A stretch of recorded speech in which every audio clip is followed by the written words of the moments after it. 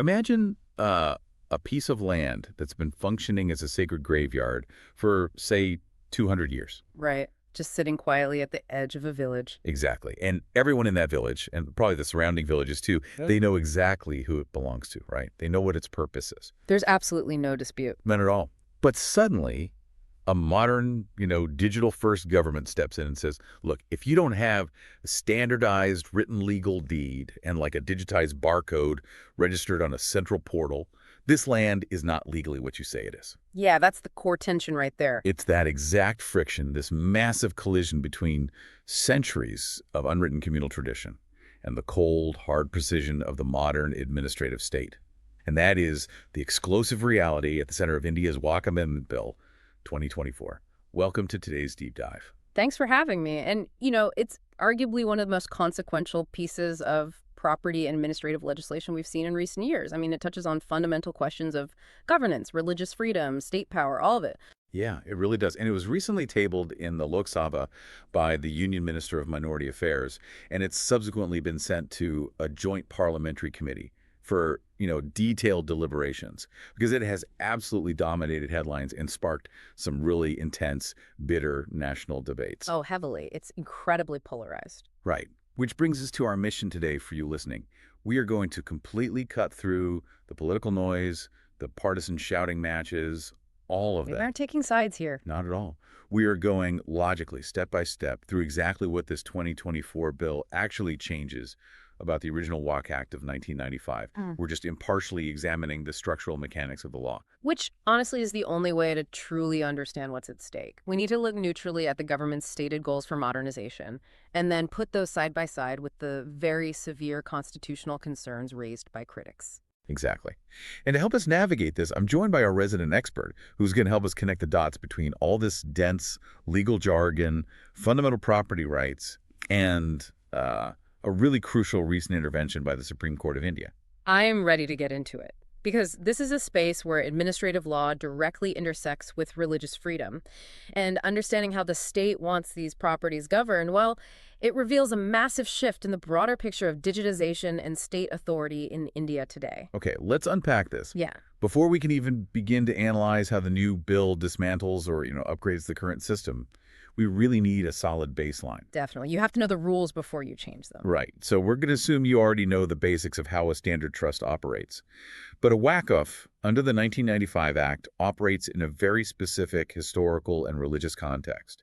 So if I'm looking at a Waqf ecosystem right now, prior to these new amendments, what are the actual mechanisms holding it all together? Well, under the 1995 Act, a Waqf is essentially a permanent dedication of property for religious, pious, or charitable purposes recognized by Muslim law.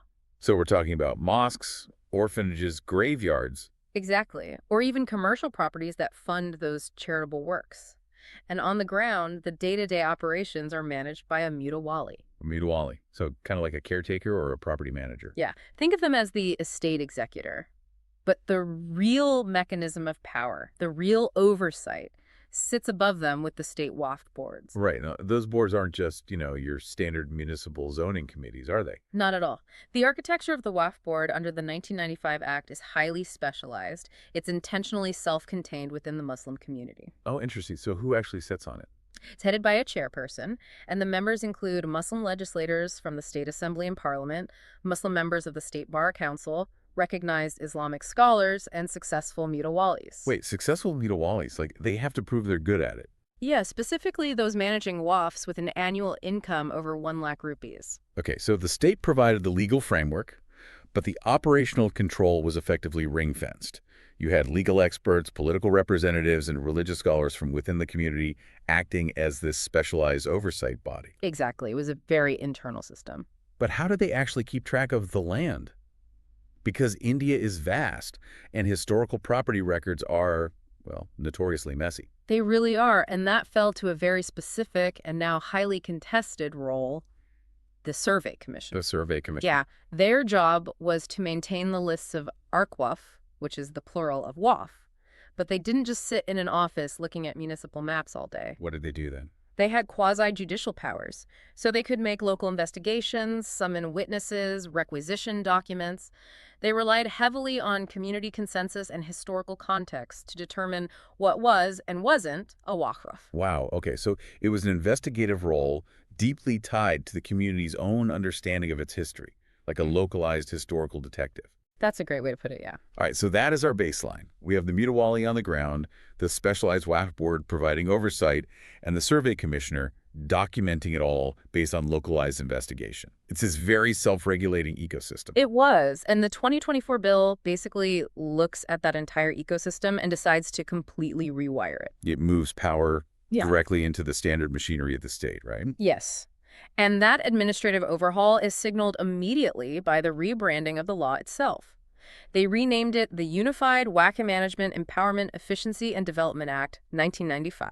That is quite the mouthful. Well, it is, but the terminology, alone management, efficiency, unified, it's a hallmark of the current era's push for standardized, centralized governance. And how does that push for efficiency actually manifest in the legal mechanics? Like, what actually changes? Well, what's fascinating here is how systematically the bill dismantles those specialized, self-contained structures we just talked about. The authority is actively shifted away from WAC boards and specialized WAF tribunals and handed straight over to state governments. Okay, give me an example. The most glaring example is the survey commissioner. That specialized investigative role we just discussed, completely eliminated. Wait, really? Eliminated? Who does the surveys then? Under the new bill, all survey functions are transferred directly to the district collector. Hold on, wait, doesn't handing all this over to the district collector risk creating a massive bureaucratic bottleneck? I mean, collectors in India are already the absolute apex of local administration. They are incredibly busy, yes. They're overseeing everything from disaster management and local elections to just general land revenue collection. And now the government expects them to be the primary authority on adjudicating complex, centuries-old religious property histories. That is precisely the friction point. And honestly, it perfectly illustrates the government's underlying philosophy with this bill. By moving WAP surveys to the collector, the state is making a definitive statement Which is? that WAC properties are no longer going to be treated as unique, specialized religious entities that require separate investigative mechanisms. They're going to be integrated into the standard secular land revenue machinery of the state. Yeah, I see. The collector is the ultimate authority on government land, so they should be the ultimate authority on WAC land too. Exactly. And it seems like they are applying that exact same logic of standardization to the digital realm and the financial tracking. Heavily. The 2024 bill is a massive push for digitization, which definitely aligns with broader national initiatives like Digital India. Right. Everything is going digital. Yeah. It mandates the creation of a central portal and database. Every single WAC must be registered and uploaded to this digital dashboard. And there's a new public notice requirement too, isn't there? Yes.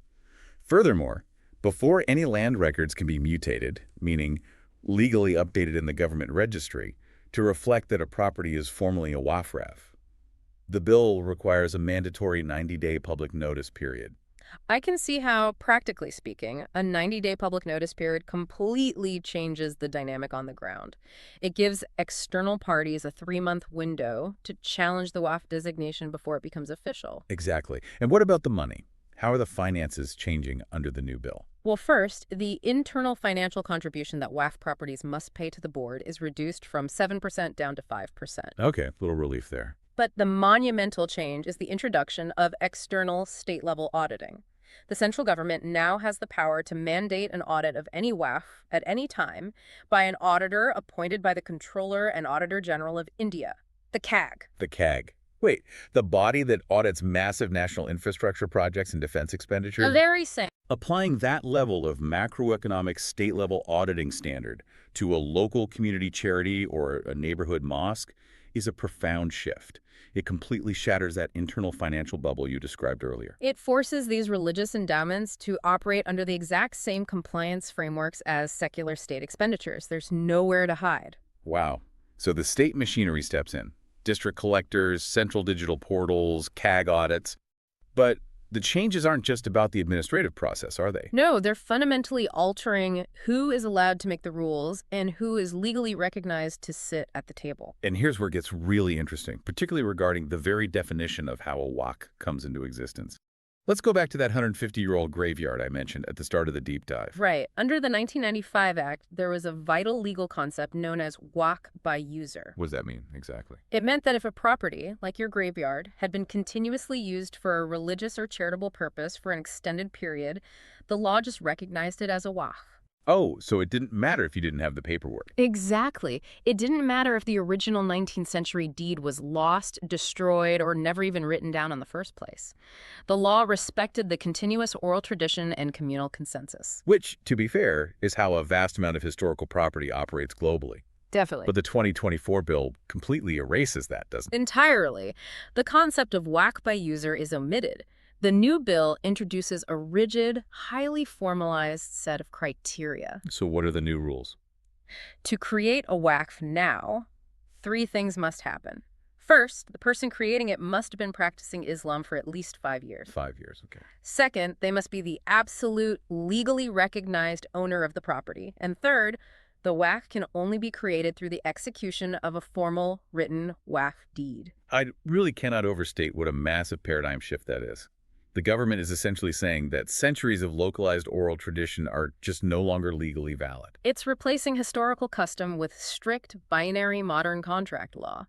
If you don't have the deed, it's not a waqf. And this redefinition doesn't stop at the property lines, does it?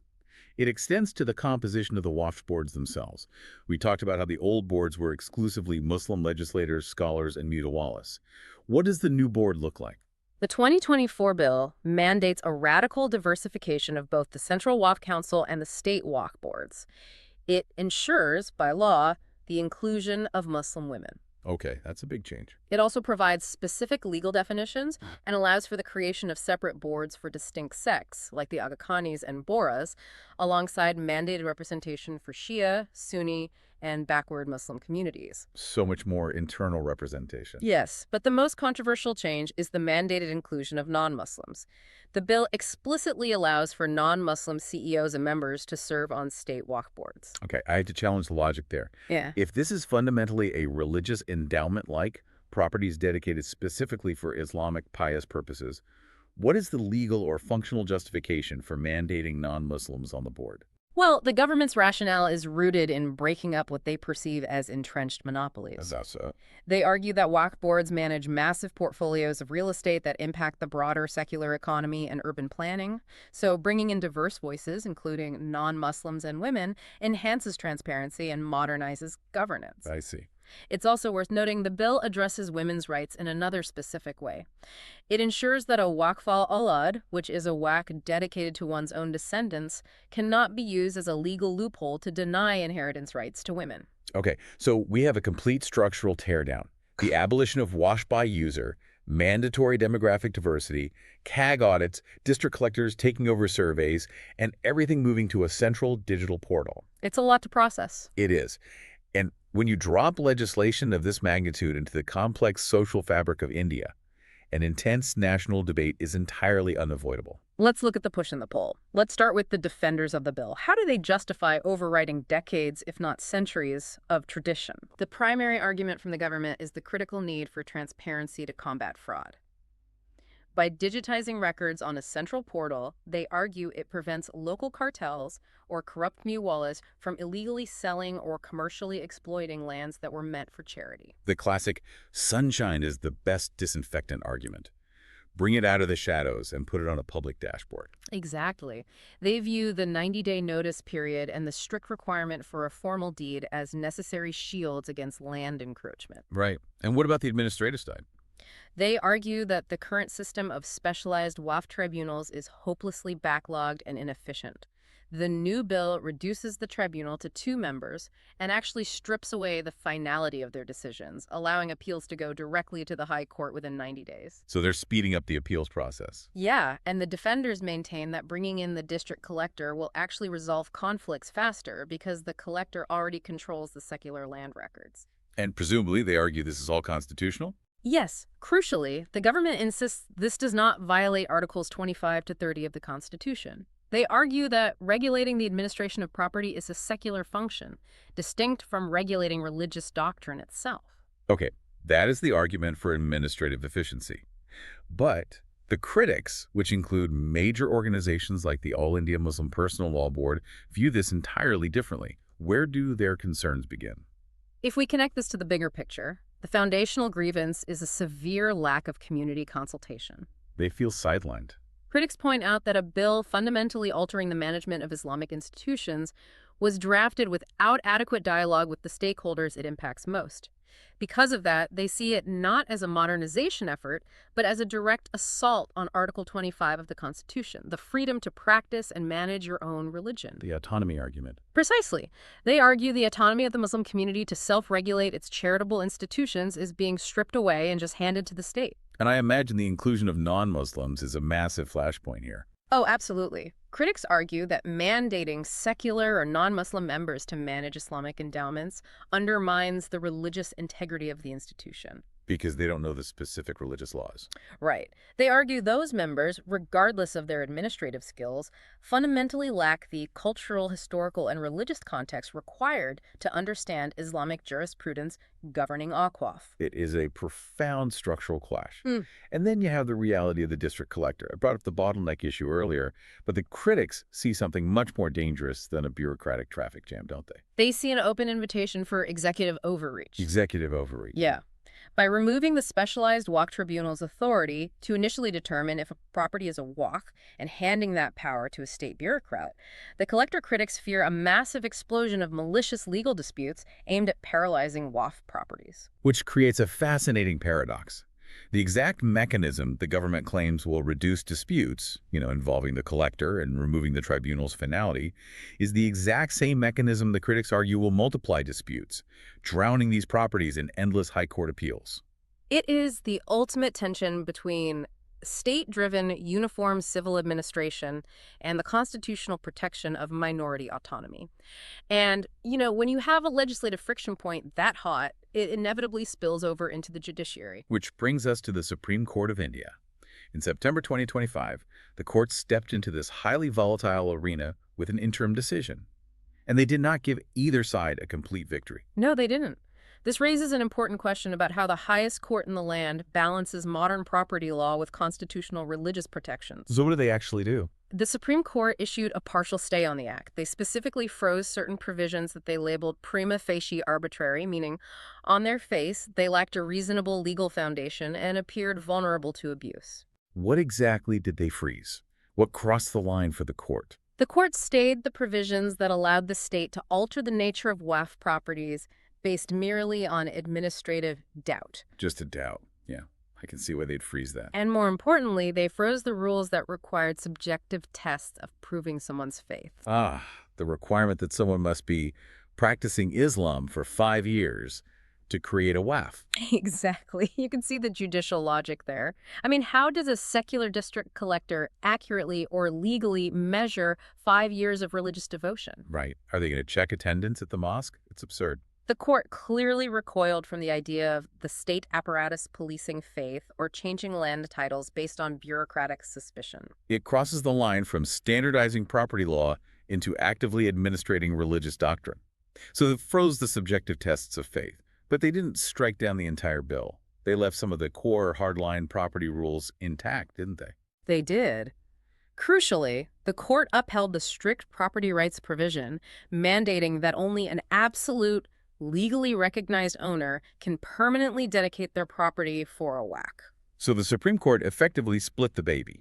They validated the government's push for strict, modern property ownership rules, meaning you must actually hold the title to the land you are giving away, but they flatly rejected the state's attempt to impose subjective religious tests or arbitrary bureaucratic doubts on historical endowments. It was a highly surgical intervention by the court. It curbed the potential for executive overreach regarding faith, but it kept the pressure on the push for documented objective property rights.